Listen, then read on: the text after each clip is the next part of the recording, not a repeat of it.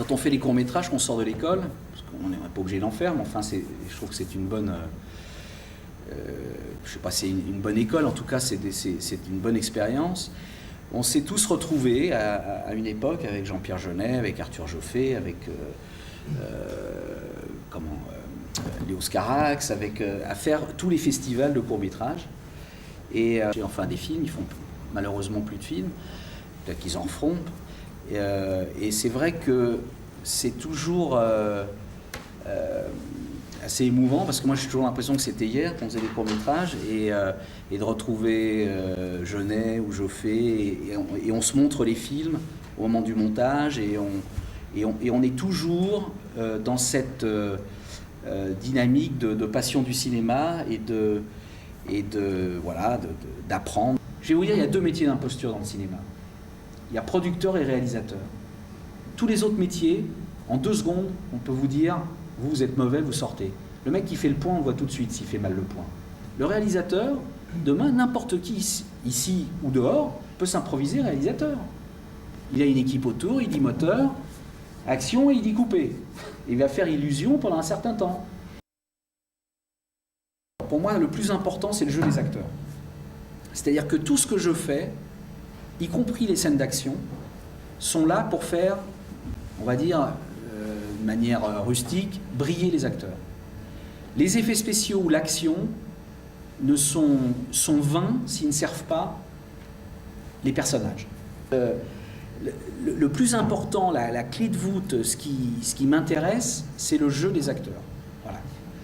Donc je fais tout autour pour que ce soit le mieux possible. Comme disait Jean Renoir, j'ai vu que ça s'appelait la salle Jean Renoir, il disait le metteur en scène, il est comme un pêcheur.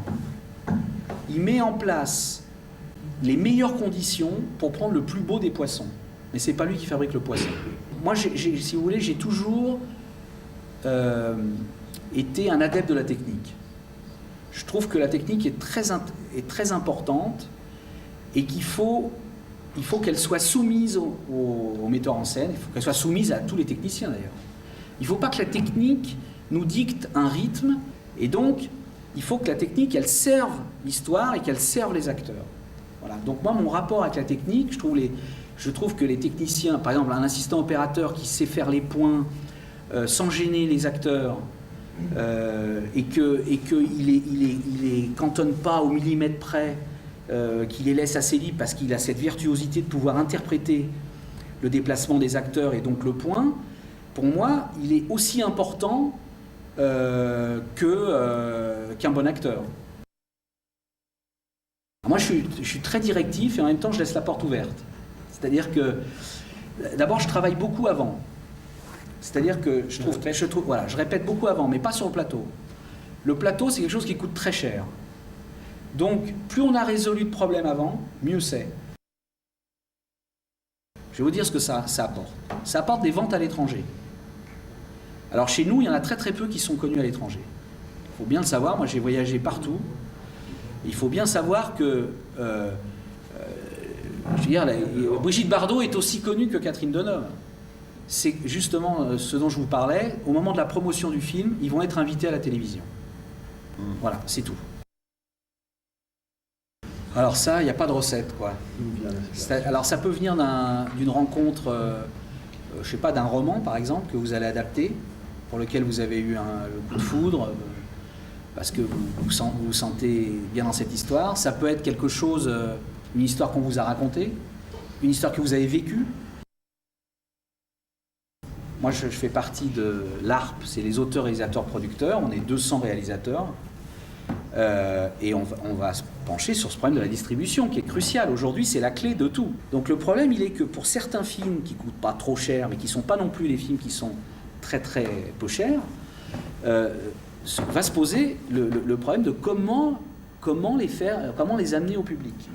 Donc je crois qu'il faut se poser la question de savoir, est-ce qu'il ne serait pas pertinent de faire un réseau de salles qui ne serait pas le réseau d'art et essai, mais qui serait un réseau de salles de continuation. Et les nouveaux qui arrivent, les nouveaux grands méchants loups, les nouveaux qui vont nous manger, c'est les fournisseurs d'accès Internet. Parce que c'est eux qui ont le pouvoir, c'est eux qui ont l'argent, donc c'est ceux qui ont les télécommunications, Et c'est pour ça que Canal+ et TPS se rapprochent, parce que c'est des nains à côté, financièrement parlant. Aujourd'hui, les fournisseurs d'accès, vous leur payez 30 € par mois, ils n'ont aucune obligation. Ils ne vous vendent pas de films, ils ne fabriquent rien. Alors que quand vous payez 30 € à Canal+, ils vous donnent des programmes, des films, etc. Ils ont des obligations de réinvestir leur chiffre d'affaires dans le cinéma français.